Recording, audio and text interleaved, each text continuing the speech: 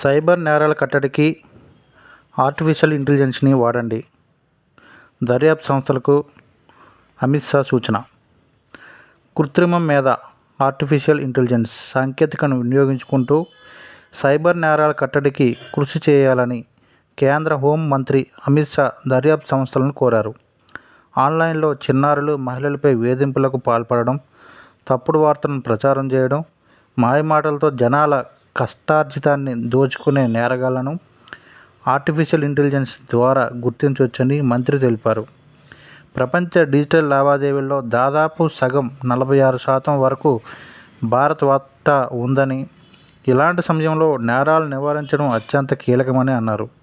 అయితే దర్యాప్తు విభాగాలకు ఇది పెద్ద సవాల్తో కూడుకున్న వ్యవహారమని చెప్పారు.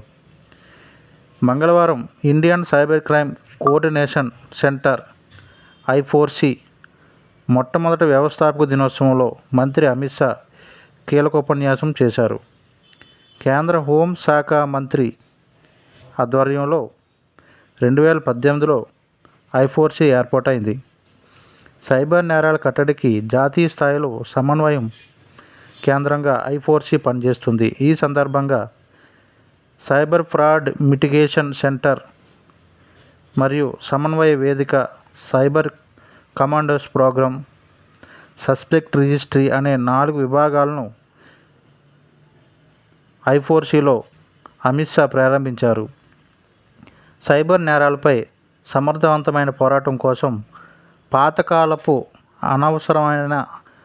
అవసరమైన విషయాలు మాత్రమే చెప్పడం అనే పద్ధతిని వీడనాడి బాధ్యతలను పంచుకోవడం అనే విధానాన్ని అనుసరించాలని